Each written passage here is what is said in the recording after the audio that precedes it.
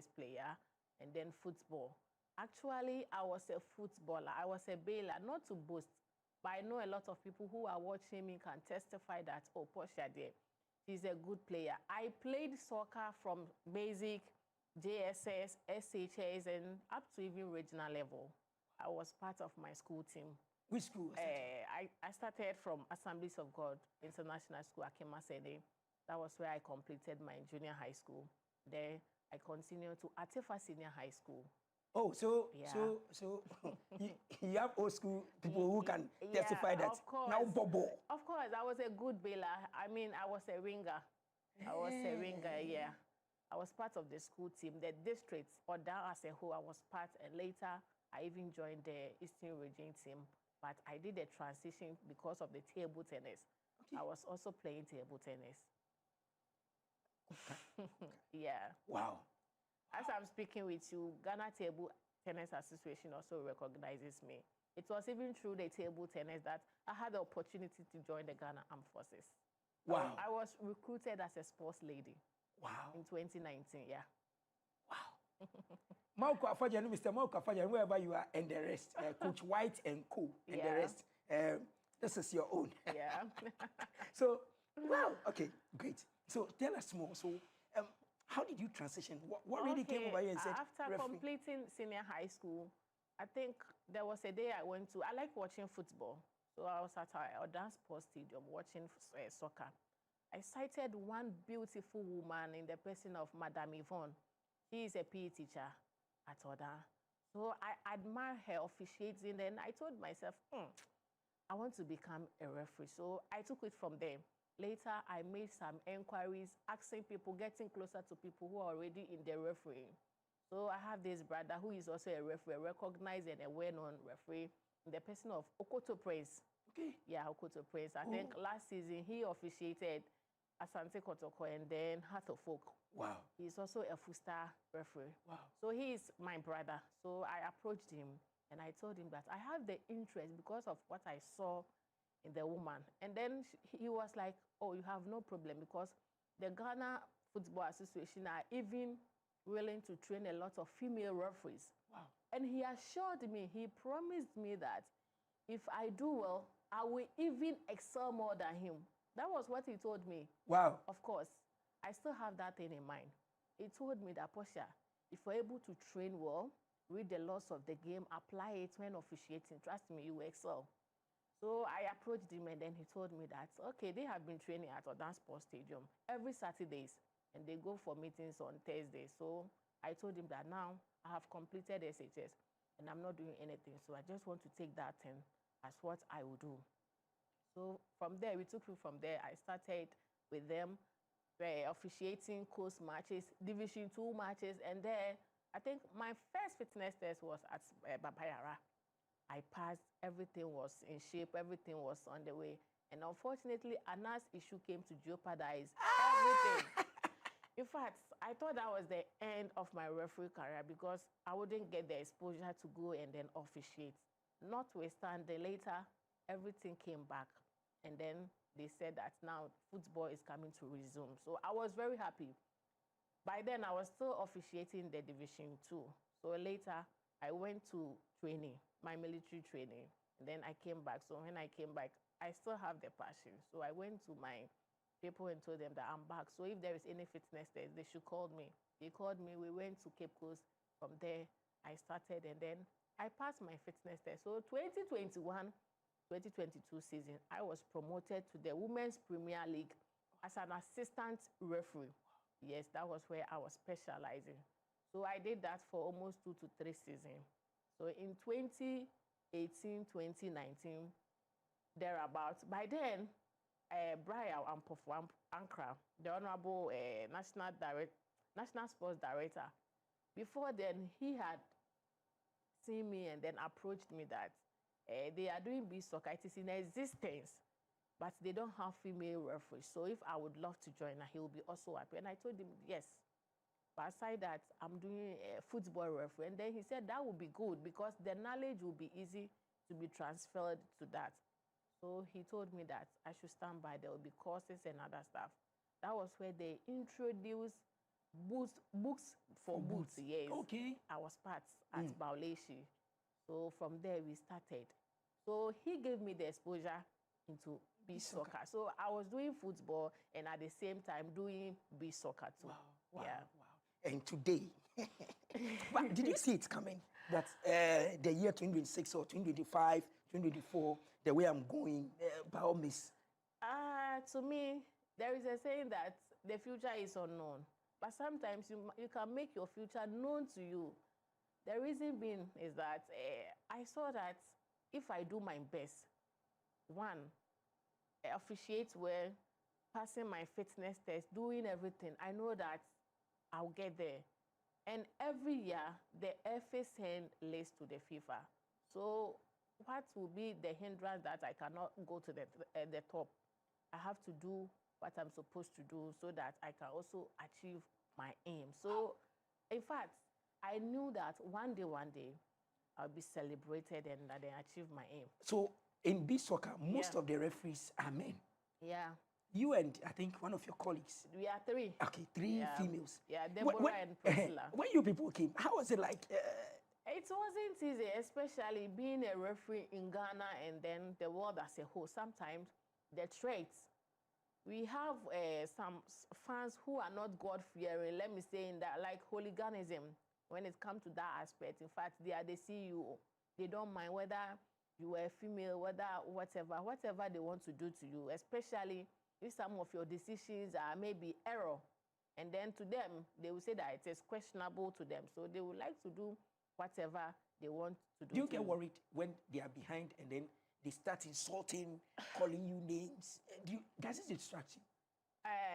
It doesn't at all. But sometimes, as human as we are, emotionally, I'll feel some way. Because I know it is part of the refereeing job.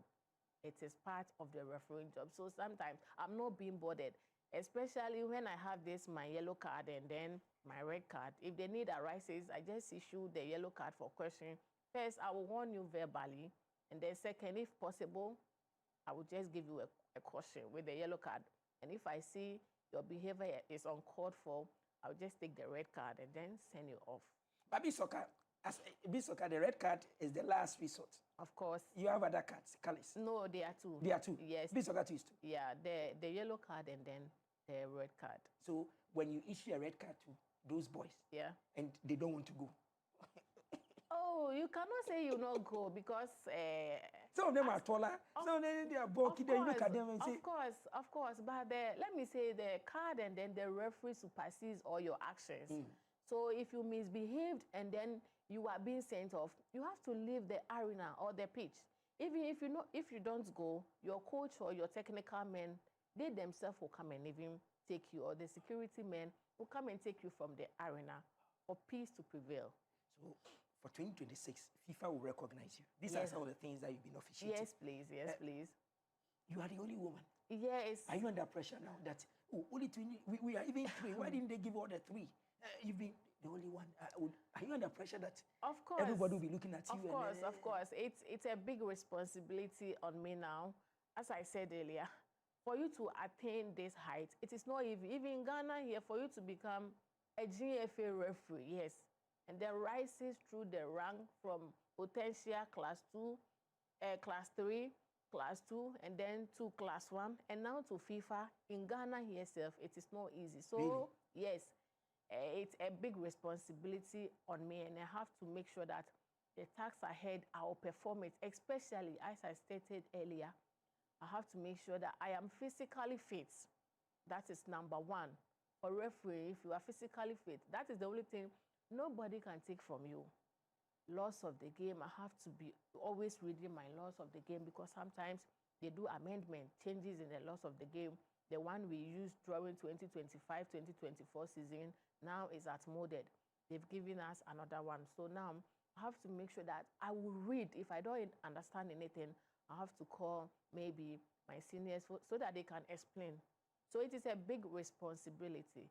The nation, everybody is looking at me to protect this badge. Wow. Yes, please. So right now, your colleagues, females that officiate. Yeah. Now you've been able to pass through the ranks. Yeah. Somebody's sitting there and saying, yeah, how can I also get to Portia, because I know Portia?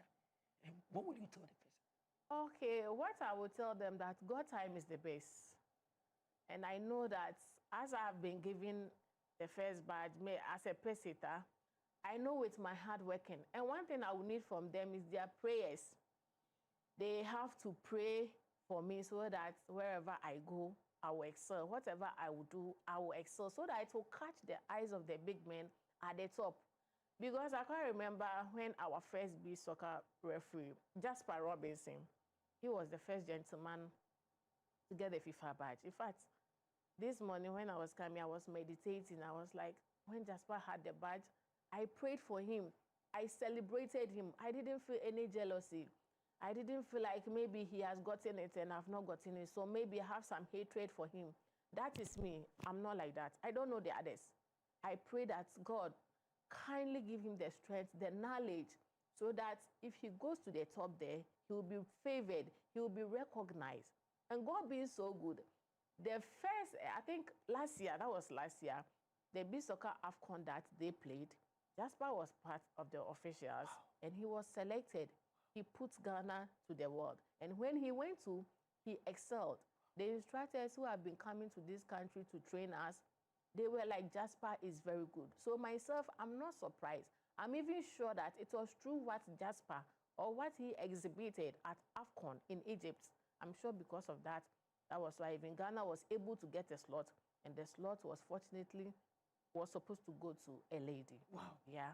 And so now you know that you have a burden, a responsibility, a huge one. Yeah, that to also open another door. Yeah, so I want to do my best. As I said, the key word is I have to be physically fit. Yes, because you've been talking about physically fitness and fit. What is this about fitness? Sometimes, as a sports lady, my only fear is injury. Okay. Because if you are injured, Mr. Tio, trust me, everything about you will be shattered. You cannot do anything.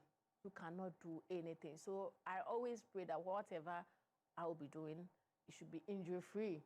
And then good health. I always mention good health because as human as we are, the environment where we live, change of places and other stuff, even the food that we eat, anything can happen. Okay. So if I'm not fit, I can't hold this badge. If I'm not fit, I can't go and run my Cooper test. If I'm not fit, I cannot even attend any FIFA courses that will be organized outside the country or even here. 2026, FIFA recognized female beach soccer referee. Yeah. The beach soccer season is almost ending because there are last but one or some matches here. Final matches. What do you tell Ghanaians about beach soccer? And somebody has whispered. So now that you are FIFA certified beach soccer, meaning that you've neglected the other soccer.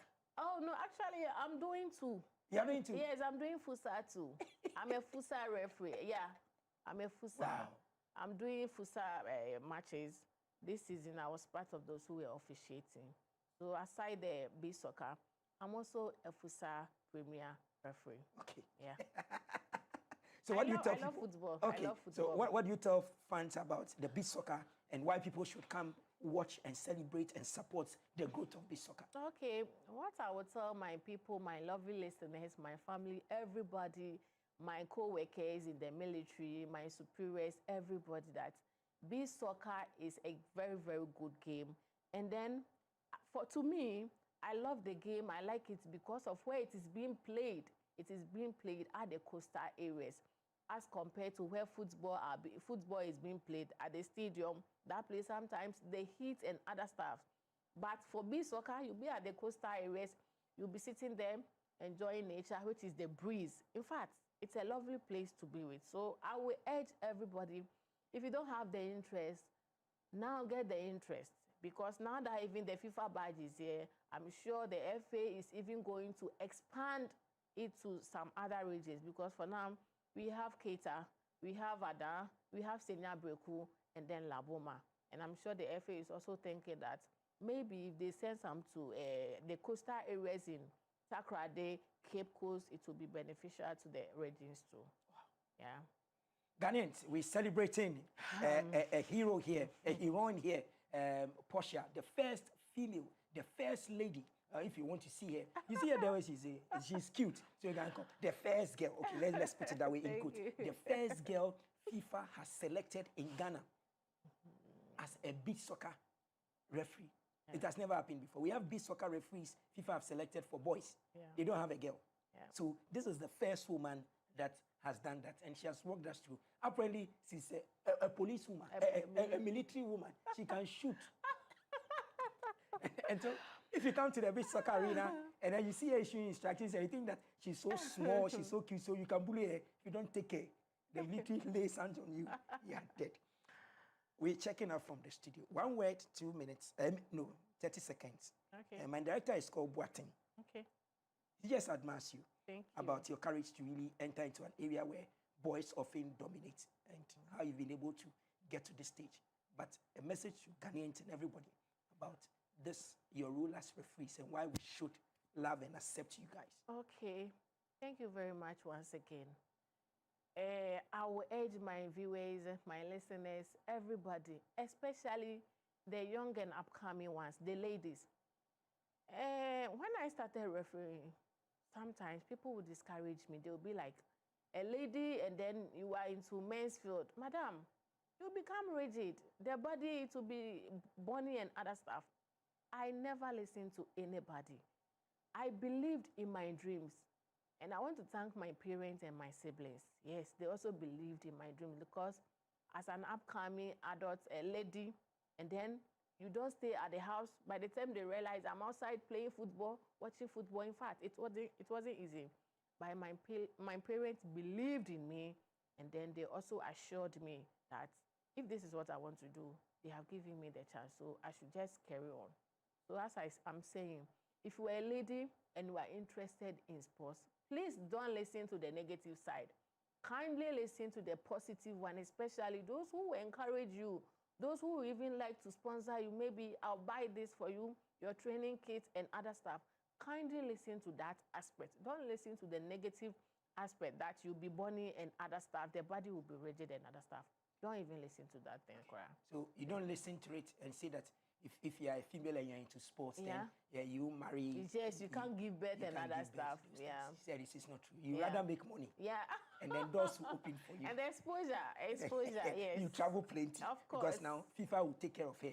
Traveling here and Everything. there. If you touch her, you've touched FIFA. So FIFA can come and come and do it. Thank you very much, Thank Portia. you. And we hope that another time when we call you, you can get time and pass through. Thank you very much. And a big thank you to our one and only General Secretary of Ghana Football Association, Lawyer Prosper Harrisinado. I know you know Portia, and I know what you do for beach soccer, and I know what you will be doing with the evergreen GFA president. That's Mr. Kurt Edwin Simeon Ukreku. And then my only senior at the GFA currently as we speak, Henry Asante Chum, and the rest of them. Referee Alex Cote, we say thank you very much for all the grooming and the rest of the people out there. DG, Director General, your story. One of them is Yao Pofuankra and the rest, Mozart and Co. We say thank you very much. Beach soccer is still alive, and this season we'll see how it goes. Thank you very much, Portia, for your time. And then again, to all your superiors at the military, we say thank you very much for I really appreciate them helping Portia to make history now. We hope that other ladies will follow suit. Thank you very much, Director Boat, and the rest of them out there. We say same time tomorrow, we'll come again with another insightful chit-chat here on the page. Bye for now.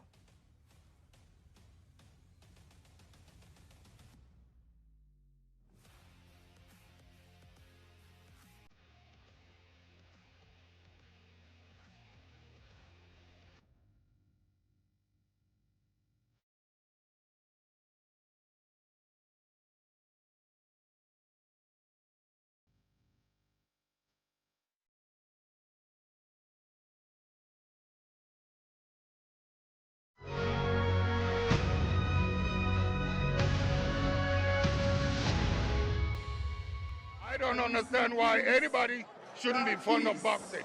It takes a lot of skill, courage, speed, intuitiveness, perception, a sense of judgment. We have to recover, restore the position we held many years ago.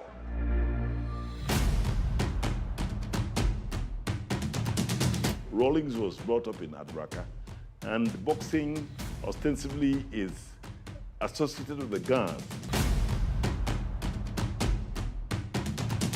He has never been a boxer. I mean, he would spend all his time training these guys. He's the one taking care of us, as a manager, because we are dependent on him.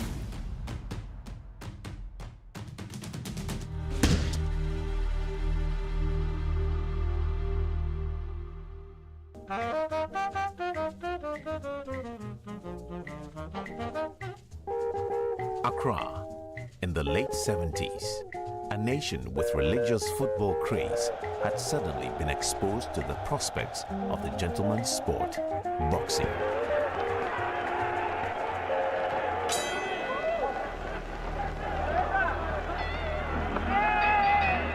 David Kote, also known as DK Poison, had won the world featherweight title, and the financial reward had benefited Ghana's struggling economy.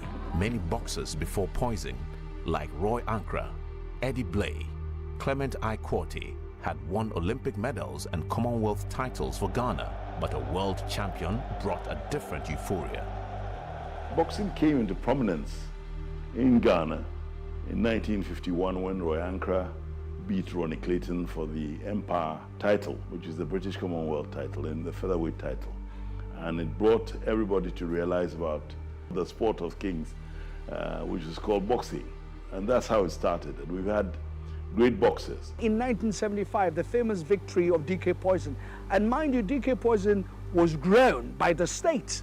Achampon decided at that time at the prodding of Roy Ankra that we needed to get a world champion. And so DK Poison was brought down from Australia, and the state put a lot of money into feeding him, grooming him, and paying for all these titles. So he became a world champion in 75. DK Poison's hero status set off a boxing fever, reigniting gyms all over the country, especially in the Ga communities along the coast of the capital, Accra, where the sport of boxing bore similarities with a local traditional fist combat sport known as Asafo-Akyele. Ghana boxing had its own history. Around about the 18th century, an area, a quarter of a mile area in the Bukom part of the Ga Mashi area, had the sport, they called it Asafo-Akyele. The Ga fisher folk, when they go and fish and do all the hard work and they come back, in the evenings, they develop a sport where they actually fight. They didn't have gloves on, okay, Asafo-Akyele, Bemi, Kakla Bemi, you're not going to use stones, you use your bare knuckles. So these were bare knuckle fights, and they were developed even before the Broughton rules in the 19th century, when English boxing developed standard rules for boxing. So all of this influenced Ghanaian boxing in the 20th century. In Asafo-Akyele, you don't give up. So the tenacity, the thrust, the gutsiness of Ghanaian boxers, that's innate. It's something they acquire.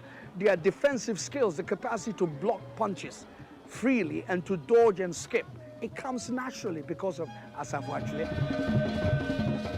This ties the history and development of boxing in Ghana closely to Ga communities, with Bukom, a fishing community producing almost all would-be world champions. Raw boxing talents were in abundance, but very little effort was being made towards improving the boxing. Poorly equipped gyms, low technical expertise, deplorable welfare, and living conditions of boxers. Hope was fading for the young amateur boxers who dreamt of following the footsteps of their icon, DK Poison, and conquer the world. In the midst of these challenges, the flame of passion and love for boxing was burning in the heart of a young officer of the Ghana Armed Forces. The thing is that all the young people of the time, in the 60s, in the mid-60s, who had gone to secondary school or were university and everything, were interested in Ghana's sporting prowess. And boxing was introduced into the secondary schools at Chimota, Infanswima, Desalon. They had a fringe of people who indulged in boxing. At Chimota School, it was an interesting school. The boys' PE teacher spent a lot of time getting them to box each other. And once a month, we would have a boxing tournament in Achimota, and they fight among themselves, and you get to know who is better and so on and so forth. So perhaps that was the beginning. Even when we were dating, there were days that he'll say, "Oh, come with me to the to watch the boxers," and I would go with him. Sometimes he would say I should come with him to watch the military boxers, because he was training both the civil and the military boxers. He made a lot of contributions. He's always interested in the welfare of the boys. When he comes to the camping ground, he will be asking, any problem? Have you eaten? How was the food?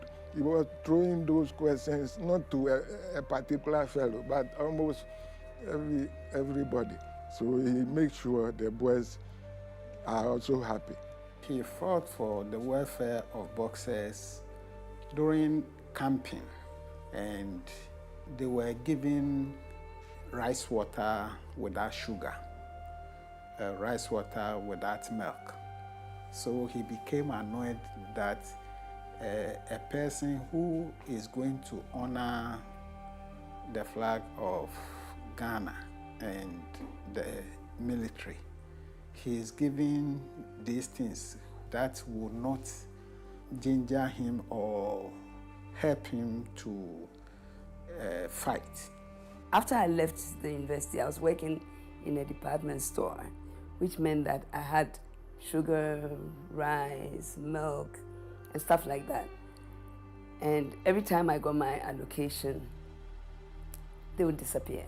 At one point, I'm like, there are only two of us in this house, so how much milk do you drink in a day? They said, actually, I need it for my boxers. So literally, we were taking care of the boxers, not only their training, but their nutritional intake as well. He encouraged me that those days I'm doing the human job. You know, I've taken upon myself to nurture these boys. So he encouraged me I should go ahead. You know, with that encouragement, it gingered me more. Despite you don't gain anything from promotion, you know, it encouraged me that one day, one of my students will get to the world. This man once gave his traveling ticket to one of the boxers who felt he had been cheated in selecting a team to wear military games in Egypt. We were all shocked by doing that. Flight Lieutenant Jerry John Rawlins would go on to become head of state and issue definite instructions to sector heads to pay attention to amateur boxing. The objective, a deliberate and sustainable plan to produce world boxing champions in Ghana to give the sport a facelift. These interventions bore fruit, and in the mid-1980s, Ghana is ushered into its best period of international boxing successes. From these slums of Bukom and other underprivileged surroundings rose a new school of gallant fist warriors who will conquer Africa and the world, their pace-setter being the iconic Azuma Nelson.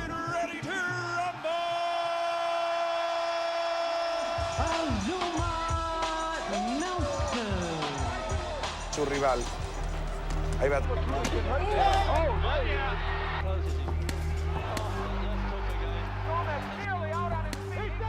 See already what he has in his mind. Oh. Well, it's 15 years since Pacquiao did. Nelson in the opening seconds. President Rawlins, when we were, they called us as for the national team, you know, so he came there as Flight Lieutenant Jerry John Rawlins at the time. He's the one taking care of us, you know, as a manager, you know, team manager. When we finish training, we have to relax because we have to go back again and train again. So we have to relax. He come and clean the rooms for us. He bring in some food for us because we are dependent on him because he's the one bringing food. You know, wherever I go and get the food. You know, there I got to know him and want to join the force because I like the discipline. You know, and then I like the hard work. You know, and he said no. I shouldn't join the force because what he is seeing in me is bigger than the force, you know. So if I join the force, I cannot become a professional boxer.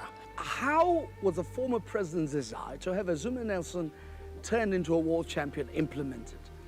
You know, fortune smiled on Ghana because we had three of the topmost personalities, Nia Jinkwa, lawyer, Alute Kofi, who was then the Ghana Boxing Authority chairperson, working together with Amaka Amatefi, who was the secretary for sports.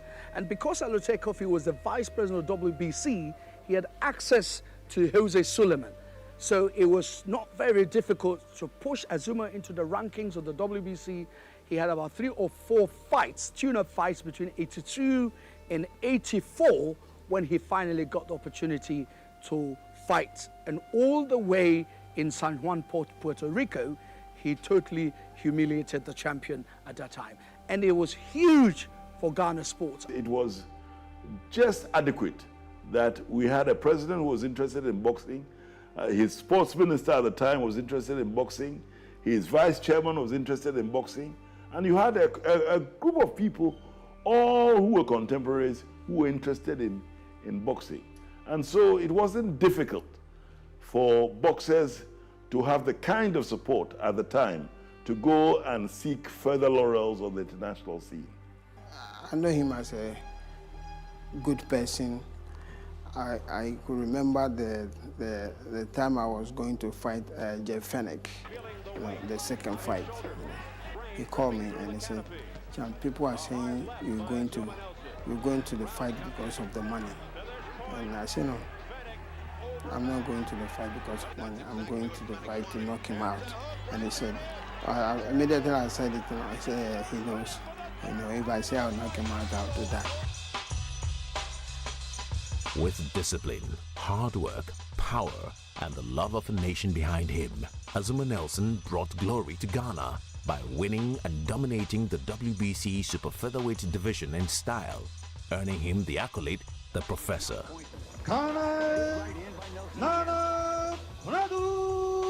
Marvelous Nana Yakunedu rose from the hinterlands of Sunyani to conquer the WBC super flyweight title in 1989.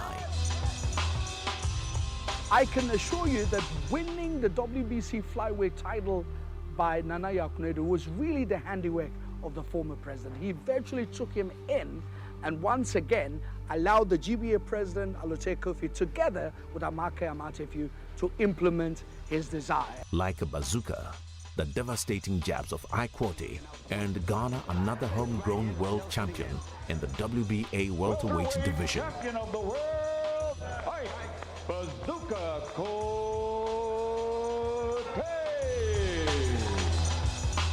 Ikwate, we call them the Whiskits. Ikwate and then Alfred Kote, all of them won world titles in '94. And, very strangely, Ikwate's fight took place on the 4th of June, 1994. And you know what the 4th of June means for the former president. So he became very close to Ike and then Alfred Kote as well. Alfred Kote also won WBO bantamweight title to complete it. Good right hand by Nelson again. To his growing reputation worldwide with that demolition of a very... Jerry Rawlins's deliberate and personal interventions saved a lot of the youth from street vices, and boxing gyms became a safe haven and an avenue to fame, fortune, and a better life. A legacy credited to the commitment and support of Jerry Rawlins. The good foundations laid and the positive examples set by the likes of Professor Azumah Nelson continue to inspire the younger generation to take that pilgrimage to Bukom in pursuit of greatness.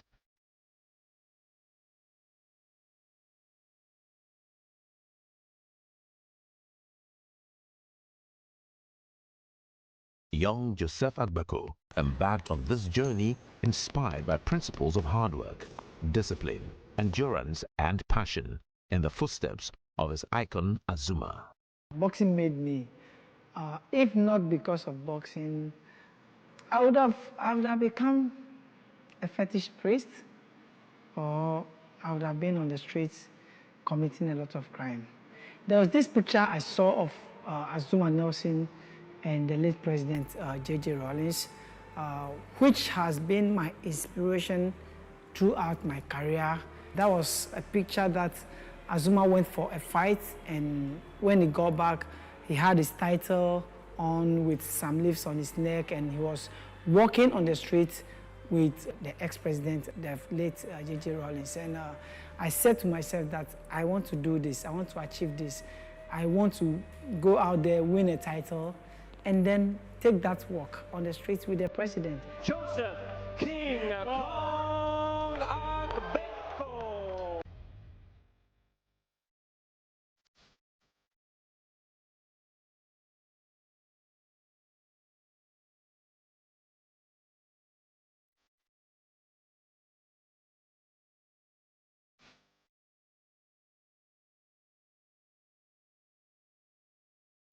Hello, lovely people. We are back here again, and we're doing chit-chatting here today. We've gotten in touch with one of the most sought-after personalities in Ghana's sports ecosystem. It is the new. It's still the new. Anyway, we finished with the new, but it's still the new when it comes to game of pugilism. And this man has decided that for the next 4 years, he's going on with his team, marshal resources, their time, everything, their knowledge, to make sure that juvenile boxing, amateur boxing in Ghana, the narrative changes. That wherever it is now, they want to raise it 2 more notches or 3 more notches higher. So in the next 4 years, he wants to do something miraculous, according to him and his team. And he believes that it's possible that Ghana amateur boxing and Ghana juvenile boxing can go back and take its rightful place when it comes to pugilism in this country, and maybe pave the way for us to get a world number 11 champion, because currently we have 10. We're still waiting for who becomes the 11th. We have people in the pipeline, but he believes that when the foundations are right, then we can bank our hopes on it that indeed we can get a world champion. So he was a former vice president, and then decided that, okay, my president is tired, let me take over. So he understands the ins and outs. No other person than Alhaji Dauda Fuseni, president, Ghana Boxing Federation, is in the house. Prezo, most welcome. Thank you, Mr. And let me give you a happy new year, because this is the first time in 2026 that you've joined us here. That's true. Thank you very much. Is the election fever over? Oh, yes. It's over, and we've hit the ground running already. So we are working seriously.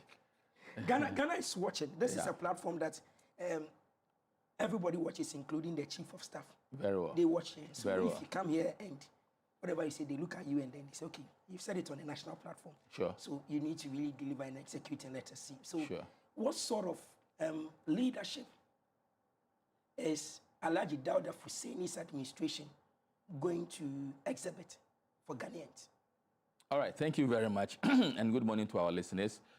Mr. Tu, I think I have 3 policies in mind to bring on board to make sure we change the narrative of boxing and then to take boxing to the next level. Okay. So the 3 policies are: 1, rebranding; 2, transparency; and 3, regional integration and trying to develop boxing across the nation. 1, rebranding. When I say rebranding, what do we mean by rebranding? I think boxing has done so much for Ghana sports, and it needs the needed attention now. But most of the times, the way we brand it isn't attractive enough for corporate bodies to buy into our ideas. I think this time around, we need to brand it properly, package it very well, and then sell it to the corporate bodies to come on board, to come and support us. Boxing, I always say, we have talent. We are blessed with full of talent here in Ghana. And the only thing or the only challenge we do have when it comes to boxing development is our finance. And how do we get the finance? We need to go to the corporate bodies to help us. But then here is the case, we have not packaged the sports very well. So anytime we go to them, they turn a deaf ears on us. They don't even listen to us.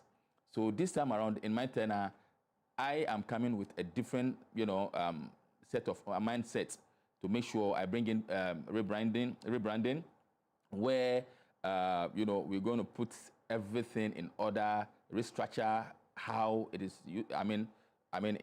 Restructure a new boxing administration altogether, whereby we'll make sure we'll set a team, a committee, a very robust committee, sponsorship committee and marketing committee, to go out there, to go and solicit for support, solicit for fund, so that we can do a very good boxing. One, when I talk about rebranding, you see, from the past, you know, when you go to boxing events, so many things do happen there which is not good. And most of the times, it deters people who love boxing to come to boxing programs of such nature or to even think of supporting the sport. They see it to be a violent sport. They see it to be a sport which, you know, like the fans are not disciplined enough. But that is not the case. We are going to give them a different mindset altogether. We'll let them understand that boxing is a science, it's a very disciplined sport. Because without discipline, you cannot do boxing. But it is rather being interpreted differently in a different language because of the few ones that are so, you know, violent enough, that are not disciplined enough to, you know, they come there and they misbehave. That is why it is carrying a negative image out there. But in our tenor, we are going to put a stop to all of that, portray the right nature of boxing to everyone so that they can come on board to support. That has always been the challenge, and that has always been why we have not been getting sponsors to come on board to support. In a nutshell, you want to restore confidence. Very well. Confidence in the sport of boxing, confidence in the sports, the boxing lovers, so they can come on board to support us. I believe we have a lot of people who so much love boxing, and they have it at the heart. And I believe with the right steps, they may come on board to come and support boxing. Do you and your team, you are leading the juvenile and the amateur boxing front now? Yeah. Do you have data? What does this really tell you? How many young boys and young girls love the sports, are practicing the sports, have the potential of practicing the sports? Do you have data? Yes. Okay. So that is one area we are also focusing. We don't, but in my tenure, I'm planning to bring all these things on board to make sure we have a robust data system where, like you said, we'll be managing and monitoring those, you know, who love the sports, those that we can, you know, and then the areas that we can be tapping the talent from. Okay. So this is one area, or this is something that, I mean, I have it at the back of my mind that we are going to implement. Because when you don't have such system, you know, you cannot monitor your progress. And when you are even doing something very right, you cannot monitor it when you don't have proper system or proper data system. Okay. So this is one area we are going to concentrate so much to be able to make sure we are able to monitor the progress, we are able to monitor all the, you know, the juvenile, the youth boxers that we are going to tap, and then the areas that we can develop them into becoming a better boxers. We know in our settings that there's always community-based activity. So we call it the grassroots. How do you intend making sure that you revive that community boxing? Let's say every weekend. Once upon a time, there was always a Friday night amateur boxing championship somewhere that individuals will come, dodge traffic, come and sit down, unwind, see potentials coming up. How do you intend reviving it, and when are we going to see the revival? Because the 4 years has already started for you, so that we see that at least something is happening. Okay, so that's the area that I have two ways of doing that. Okay. One, like I mentioned, you know, all these things, you know, heavily depends on finance. So we'll set a robust team to go search for the money to bring it, so we can be doing all of these things. We'll use, you know, when organizing championship regularly or even community-based tournament regularly, it depends on money. When you don't have the fund, you cannot do it. Okay. So we'll go in to make sure we get the support so we can be doing all of these things regularly. Then also, I'll be partnering. I'm a team player. I'm not going to do one-man show or something, no. So my doors are open, and I will engage a lot of people to come on board. Okay. We have, you know, NGOs like the Bisisaka and some few other ones in town. We'll engage them so that they can partner the GBF to be organizing such programs, because on their own, they've been doing it already. But in my tenure, I want to empower them, come on board, partner them to make sure we do it right. Okay. So now, I know you have a mission, a vision similar to that of the GOC president. He wants athletes in Ghana to have education and continue their sports. Very well. He doesn't want one to be bigger than the other. He wants it to go in parallel. Do you follow that step? We are being told, some research says that, oh, those who like to do the boxing don't want to go to school plenty and stuff like that. Are you going to inculcate, encourage school boxing, or how are you going to approach it? Of course, that is how it's supposed to be. Because if anyone tells you that boxing is for the, excuse my language, cobblerers or those who doesn't the want vagabonds, to... we call the them. vagabonds, those who doesn't want to go to... It's absolutely wrong. I will not buy that idea at all. We have boxers who have their masters, all right? And we have boxers who are even currently in school, SS3, SS2, and so on and so forth. So the area of support, you know, when it comes to education is already there. Because I quite remember there was one man who came to organize, he came with a project that he said, school, is it box before school or school before, something like that. You understand? So, you know, the idea is there. To push children, okay. Exactly, the idea go is and there. reach small, exactly, go to school, that come and is box. it. And then also with Bisisaka, like I mentioned earlier on, theirs is to give scholarship to the kids, full scholarship. See them through education, because they are even more into the education than the boxing, because they think there is life after boxing.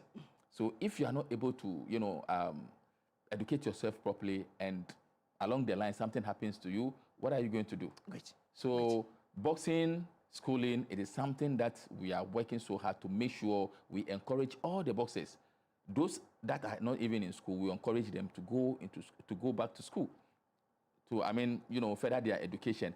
And then there is this one school too, who is also doing, they are doing very well. They've given a scholarship to few boxers like the Africanos, and then currently Prince Labi. Okay. Yes, so I've forgotten the name of the school, but I'll give it to you later. When they see potential, they they give them scholarship for them to, they will enroll them actually, and then give them full scholarship, see them through education. So this is something we are very keen on, making sure we educate the children as well. What's your plan for decentralizing boxing, making sure that boxing is not only Accra-based, juvenile boxing, amateur boxing, it's not only Accra-based? How do you intend? Do you intend doing decentralization? Yes, it is part of my manifesto, message. That is where I bring in the regional integration, where I'm going to, you know, engage the regions, you know, organize inter-regional championship, where they will be engaging themselves. Because when I was, you know, campaigning, I had the chance to go around the country. So you've been able to go to the 16 regions? Yes, I've been able to go there. Yes, I went there. You saw potentials there? Yes. But the story was so sad, because when you go there and you see their rings, where they train, the equipment is very sad. In fact, I had the opportunity to even meet Nana Akunedu in Sunyani. And the stories, yes, our former world champion, Nana Akunedu. And the stories that he told me, it was so pathetic, trust me. Because when he took us to the gym that he trained and became the world champion, I mean, it's so sad. The place is it's so bad. It's so bad. This man has so much in him and wanted to help the youth there. And he's still at the same gym where he trained before to become, yes. So he took me there, showed me around. I was like, okay, this is what I have. So, but with the little resources I'm still doing my best to make sure I train the boxers. So please help me. Try to help me. And this is one person, when he's giving the support, he can nurture a lot of, you know, young talents to represent Ghana in the future. Let's talk about the plan for the international scene. When I talk about international Africa, the world, major competitions, what are the expectations for Ghana's performance? I know when we come to the Olympics, Commonwealth, there's always the mention of your sport, that they bring us medals. Under your tenure, are we going to continue? Are we going to maintain it? Are we going to stop? No, we're not stopping. We are going to go beyond what we have achieved. Because, like I said, we are bringing new things on board. And honestly speaking, if you are able to go through what, the plans that we have on board, then trust me, the sky will be our limit. And then we're even going to go beyond what we expect. You see, I don't know if you know, currently, aside being the president of the Ghana Boxing Federation, I'm also the African Boxing Zone 2 president. I don't know if you are aware. I'm aware. Congratulations. Thank you. No longer going. Thank you. So what I plan doing is that because of my current position with the African body, I'll also make sure I liaise with the African, body to, on a regular basis, to be organizing maybe 4 or 5 tournaments, like 4 or 5 nations tournaments on a regular basis, because we have the facilities already here in Ghana. And I believe by so doing, the boxers will be fighting different opponents. They'll be learning a lot of things, because boxing has one thing. When you always fight with the same people you know, you don't improve. Okay. So for instance, on our screens are some amateur boxers. You look at them and the technique, the desire is there, the energy is there. They need somebody to coach them. They need somebody to tell them that after school. Because after this, they will get tired. They need food to eat. They need clothes to wear. They need to be look good. So these ones are the ones we're talking about. And so you are bringing to do what? A 3-nation tournament, a 4-nation tournament. Very well. That's what you intend doing? Yes, but probably maybe not in their division. Okay. Because these are juveniles. Okay. You understand? Probably will be focusing on the youth, the elite, because they are the ones that need that support and that need that sharpening. Okay. Because these ones are coming, they are up and coming. So we can still nurture them, take our time and nurture them.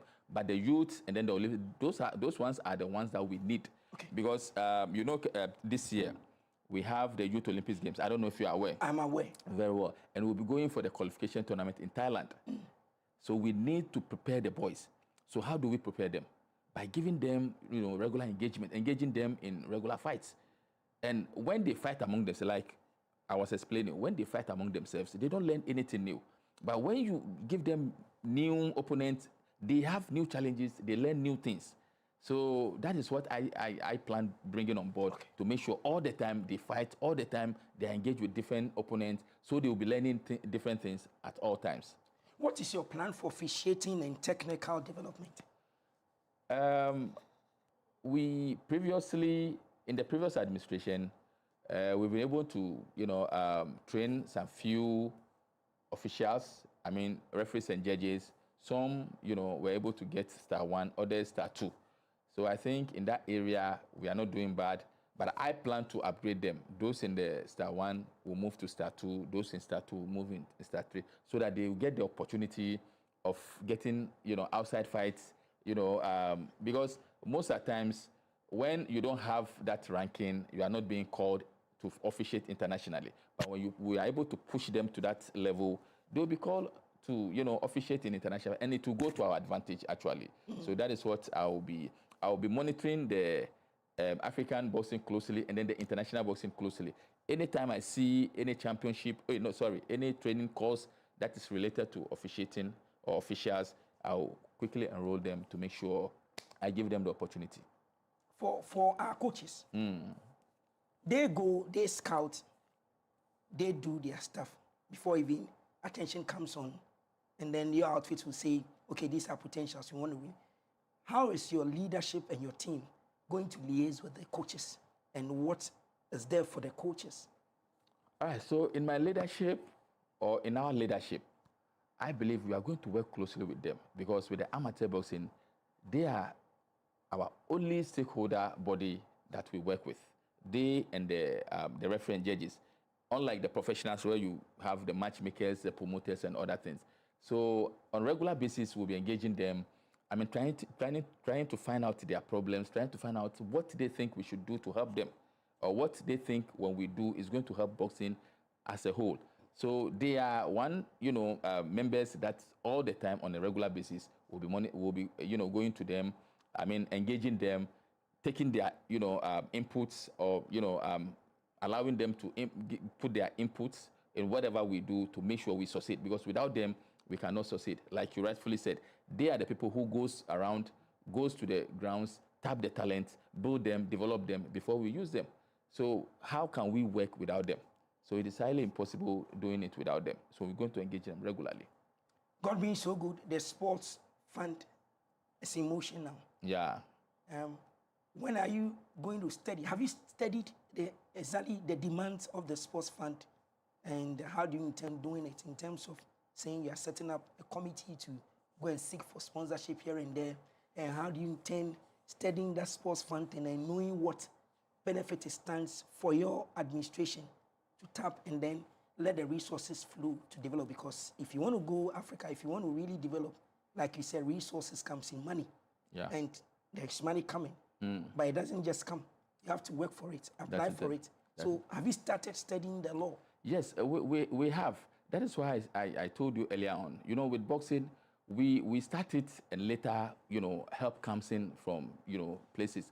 So with the new sports fund, yes, we have engaged the NSA boss, but we are yet to engage the minister.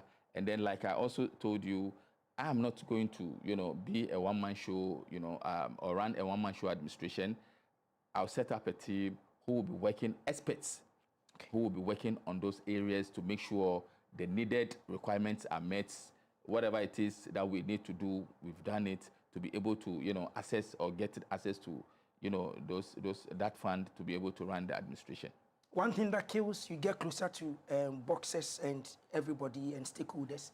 And they say their welfare is not taken care of very well. And so in terms of welfare, I don't know how your team really sees it, but how crucial will welfare of all your stakeholders be for you and your administration? I think it's one area which is very paramount to me. It is very, very important because without boxers, I wouldn't be sitting here. So they are the ones who made me, you know, the president. So I need to also make sure their welfare is being taken care of. You see, unfortunately, like I mentioned earlier on, everything has to do with finance. You understand? Everything is centered on money. In my administration, we are going to look into it critically to make sure we get a team to get the money. Because, you see, one thing that I realize is that the way we should run, the way we are running the administration of boxing is not the way we should run it. In America, when a boxer is called into the elite team, he's being paid every month. They pay the boxer, the athlete. So that gives the athletes sound mind. It gives them focus to do what they are supposed to do for the nation. But in our case, it's different. You take or you call boxer into the national team, you don't take care of his feeding, you don't take care of his clothing, you don't take care of anything about the boxer, and you expect this same boxer to perform miracles and excel. It is very bad. So we are working on, you know, few things to make sure we get support to take care of the boxers, because it is very, very important when it comes to administration. Boxers need to have sound mind. They need to have, you know, they need to be focused in anything, like in the area of their, you know, boxing. They need to be focused, because when a boxer comes to training, he trains, he goes back home, he doesn't get food to eat. That same boxer will be forced to go out to go and work and get some money. So the energies that he needs to reserve for, you know, the next day training or for fight or whatever it is, he will go out there to exert that energy in, you know, in doing different things. Just to make sure he gets... Yes, we'll get enough time to come and delve into it, especially nutrition, their medics, everything. Exactly. At least, because this sport, it's a critical sport. That is it. Because, you know, sometimes you say, oh, Ghanaian boxer goes out there, he fights very well round 1, round 2, he's tired, he cannot continue again. There are reasons for that. Okay.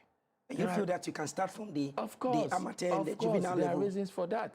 We need to get, like you said, a dietitian who will be looking into their food, what they eat, and then a proper doctor who will be monitoring them, analyzing them, you know, looking at their electrolyte. Like, there are so many things that needs to be done. And you can. And those are the things that... Are you saying that you can do this within 4 years? Yes, I'm going to do it within 4 years, by God's grace. Okay. Time is not on our side. Stakeholders are watching you. Give them a message. This is your first time being here. You get opportunity to be here. Yeah. But for a start, what are you telling our stakeholders? So I'm telling all the stakeholders that they should watch out for a new boxing era. They should also watch out for a lot of goodies from Ghana Boxing Federation. We are assuring them that we are going to take boxing to a different level. We'll make sure we'll rewrite the wrongs and then bring them the medals they so deserved. Okay, so boxers, you are listening, coaches, you are listening, club owners, you are listening to your president. This is what he's saying. So what do you tell the fans as well? They are also part of the stakeholders. Yes, so from the Alhaji Dauda Husseini's administration, what message are you giving all fans? Okay, so the message I'm giving to all fans, this is for us to bring the laurel so that they'll cheer us up. So I'm assuring them that with the right, structure, we are going to do that for them so that they can cheer us up the more. But then they should also make sure they behave themselves anytime there is, a boxing match or a tournament. They should behave themselves because boxing need corporate entities to come on board.